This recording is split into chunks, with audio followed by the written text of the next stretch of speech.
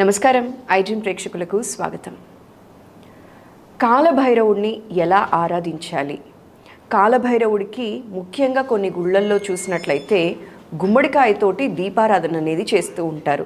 ఇది చేయటానికి గల కారణం ఏంటి, ఈ విశిష్టత ఏంటి, విధి విధానాలు ఏంటి అన్నీ కూడా ఇవాళ మనం తెలుసుకుందాం. అయితే ఈరోజు మన స్టూడియోలో మనతో పాటు ఉన్నారు ప్రముఖ ఆధ్యాత్మికవేత్త, జ్యోతిష్య, వాస్తు పండితులు బ్రహ్మశ్రీ నానాజీ పట్నాయక్ గారు. వీరితో మాట్లాడి తెలుసుకుందాం. నమస్కారం గురుజీ. శ్రీమాత్రే నమః. గురుజీ, కాలభైరవుడిని టైం బాలేని వాళ్ళు కానీ, ఏది ముట్టుకున్నా కూడా మాకు ఈ పని ముందుకు నడవట్లేదు అనేవాళ్ళు కానీ కాలభైరవుడిని ఆరాధిస్తే ఆ సమస్య నుంచి బయటపడతాము అని అంటారు కదండి. సో కాలభైరవుడిని ఆరాధించే విధానం గురించి అండ్ అలానే కొన్ని గుళ్ళల్లో చూసినట్లయితే ఈ బూడిద గుమ్మడికాయతో దీపారాధన చేస్తూ ఉన్నారండి. అసలు ఇది ఎలా చేస్తారు, ఈ విధి విధానాలు ఏంటి, అష్టములకి పూజించే విధానం ఏంటి అనేది మా ప్రేక్షకులకి వివరంగా చెప్తారా అండి? తప్పకుండా అమ్మా. ఇప్పుడు బూడిద గుమ్మడికాయతో ఎందుకు చేస్తారు, వేరే పదార్థంతో చేయొచ్చు కదా అంటే, కాలము, కాలభైరవుడు, కాల శబ్దానికి మనకి కొన్ని పదార్థాలు చెప్పబడ్డాయి. అందులో కాలానికి జ్యోతిషాస్త్రరీత్యా రాహు కారకుడు కూడా అవుతాడు. ఓకే. రాహు కాలానికి, కేతువు మోక్షానికి కారకుడు. కాలాన్ని సూచించేటువంటి గ్రహాలు 4.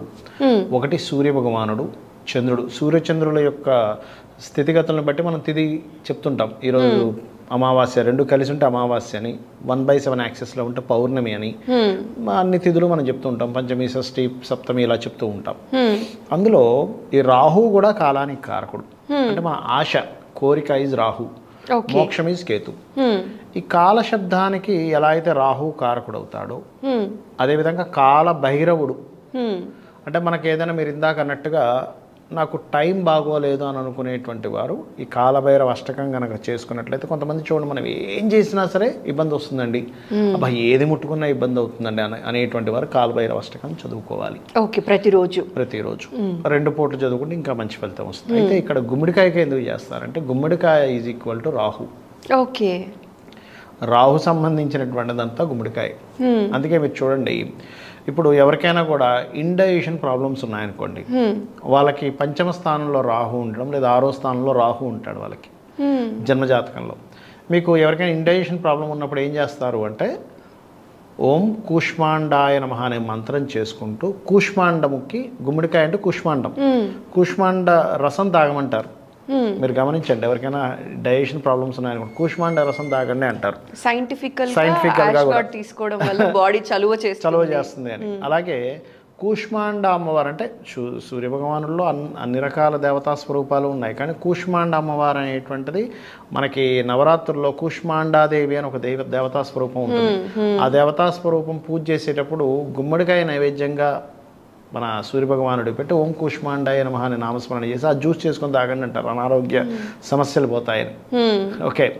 అయితే ఈ గుమ్మడికాయ అనేటువంటి దీపం పెట్టడం వల్ల ఏమవుతుంది అంటే, కాలస్వరూపుడు రాహు కదా, కాలానికి, ఆశకి, కోరికకి, సమయానికి రాహుగా తీసుకుంటాం కాబట్టి, ఈ రాహువు యొక్క అనుగ్రహం కనుక కలిగితే ఆకస్మికమైన సంఘటనలకు కూడా రాహువు కుజుడు కారకుడు.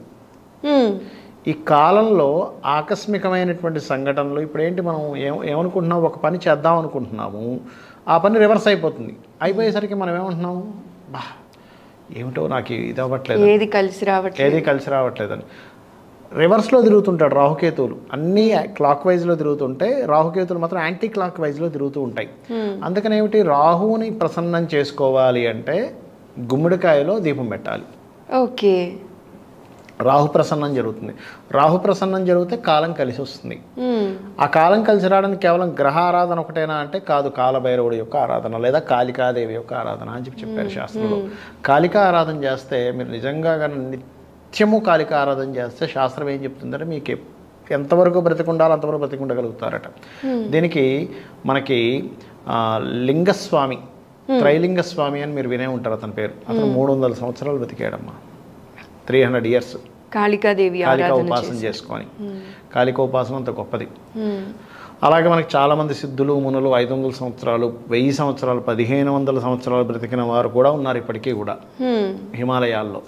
అంటే ఏమిటి, కాలాన్ని జయించడం జరుగుతుంది. కాలభైరవుడు అష్టకం చదివిన, కాలభైరవ సంబంధించినటువంటి పూజాది సంబంధించిన కార్యక్రమాలు చేసిన. ఓకే, అయితే ఈ కాలభైరవ ఆరాధన చేసేవాళ్ళు ఎటువంటి నియమాలు పాటించాలి అంటే ఒకటి గుర్తుపెట్టుకోండి. ముఖ్యంగా కాలభైరవ ఆరాధనలో మీకు వీధి కుక్కలు కానీ ఉంటాయి చూసారా, వాడికి ఆహారం వేస్తుండాలి ప్రధానంగా. ఎందుకంటే కాలభైరవుడి దగ్గర ఉండేటువంటిది మీరు కనుక చూసినట్లయితే ఒక కుక్క కూడా ఉంటుంది వాహనంలాగా, అందుకని కుక్కలకి వేస్తుండాలి ఒకటి. రెండవది ఏమిటంటే పొరపాటును కూడా కాలభైరవ పూజ చేసేటువంటి వారు మీరు ఒక మాట అన్నారంటే, ఈ పూజకని కదా ఏ పూజకైనా సరే మీరు ఒక మాట అన్నారు అంటే ఆ మాట అలాగే నిలబెట్టుకోవాలి. మాట తప్పకూడదు, మాట అస్సలు తప్పకూడదు. కాలభైరవ అనుగ్రహం ఉండదు మాట తప్పితే. నేను కాలభైరవ పూజ చేసేస్తున్నానంటే కానీ ఇక్కడ మాట తప్పుతున్నా అంటే అది పోతుంది. మాట తప్పకూడదు ముఖ్యంగా కాలభైరవ అనుగ్రహం మీకు కలగాలి అంటే. ఓకే, అలాగే ఈ కాలభైరవ అష్టకం ప్రత్యేకంగా మంగళవారాలు శనివారాలు కనుక చదివితే ఇంకా మంచి ఫలితం ఉంటుంది.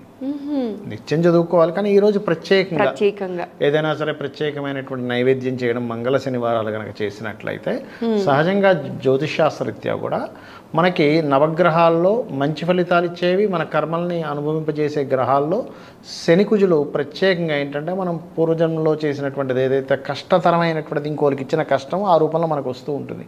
శనికుజ రూపాల్లో, వేరే గ్రహాల రూపంలో కూడా వస్తుంది, కానీ వీటి ద్వారా తొందరగా వస్తూ ఉంటుంది ఫలితం. అందుకని ఈ కాలభైరవ అష్టకం కనుక చదువుకుంటూ ముఖ్యంగా శని మంగళవారాలు కనుక ఎవరైనా సరే ఈ బెల్లముతో చేసినటువంటి పదార్థాన్ని, అందులో మీరు ఇందాక అన్నట్టుగా మనం గుమ్మడికాయ కలిపి బెల్లంతో చేసిన పదార్థాన్ని కనుక నైవేద్యంగా పెట్టి దాన్ని అందరికీ పంచినట్లయితే కూడా దోషం పోతుంది. ఓకే, అంటే బూడిద గుమ్మడికాయ బెల్లం కలిపి ఏదైనా నైవేద్య పదార్థం ఒక స్వీట్ లాగా చేసి స్వామికి పెట్టొచ్చు. స్వామికి పెడితే చాలా మంచిది అది. ఓకే, సో ఇలా స్వామివారిని ఆరాధిస్తే ఆరాధించుకున్నట్లయితే మనకి టైం బాగాలేనప్పుడు బాగాలేనప్పుడు. అయితే గురూజీ ఇంకొక చిన్న మాట, ఇప్పుడు మనము కూష్మాండ దీపం అంటాం కదా, గుమ్మడికాయలో పెట్టే దీపం ఏదైతే ఉందో ఇది గుళ్ళో మాత్రమే పెట్టాలా, అష్టమికి మన ఇంట్లో కూడా పెట్టుకోవచ్చా? పెట్టకూడదని కొందరు అయితే గుళ్ళోనే పెడతారు, ఇంట్లో పెట్టకూడదని కాదు, పెట్టకూడదని ఉండదు అక్కడ. ఎందుకంటే మీకు భక్తి ప్రధానం అమ్మ. ఇక్కడ ఏమవుతుందంటే ఇంట్లో పెట్టకూడదేమో, గుళ్ళోనే పెట్టాలేమో, కొన్ని ఉంటాయి. మీకు గుళ్ళో పెట్టే ఛాన్స్ లేదు. అన్ని గుళ్ళో పెట్టే ఛాన్స్ ఉంటుందా చెప్పండి? మనకి దగ్గరలో గుడి ఉండదు, పెట్టనివ్వరు. అలాంటప్పుడు చిన్న ముక్క చిన్నగా కట్ చేసుకోండి. మరి ఇంత పెద్దదేం పెట్టాల్సిన పని లేదు. చిన్నగా ఒక గుమ్మడి ముక్కలా తయారు చేసుకొని దీపాన్ని దాని మీద పెట్టి పెట్టండి, తప్పులేదు. ఓకే, అలా కూడా మనం పెట్టుకోవచ్చు. అక్కడ భక్తి ప్రధానం. ఇక్కడ ఏమిటంటే కాలభైరవుడు నేను అర్చిస్తున్నాను, నాకున్నటువంటి కష్టము ఆ కాలభైరవుడు నాకున్న బ్యాడ్ టైం తొలగిస్తాడు, ఆయనే నాకు దిక్కు అనేటువంటి దాంతో ఉండాలి. కానీ నేను దీంట్లో పెట్టాలా దాంట్లో పెట్టాలా, ఇలా చేస్తే ఇదేమో, ఇలాంటివి ఎప్పుడు పెట్టుకోకూడదు, గుర్తుపెట్టుకోండి.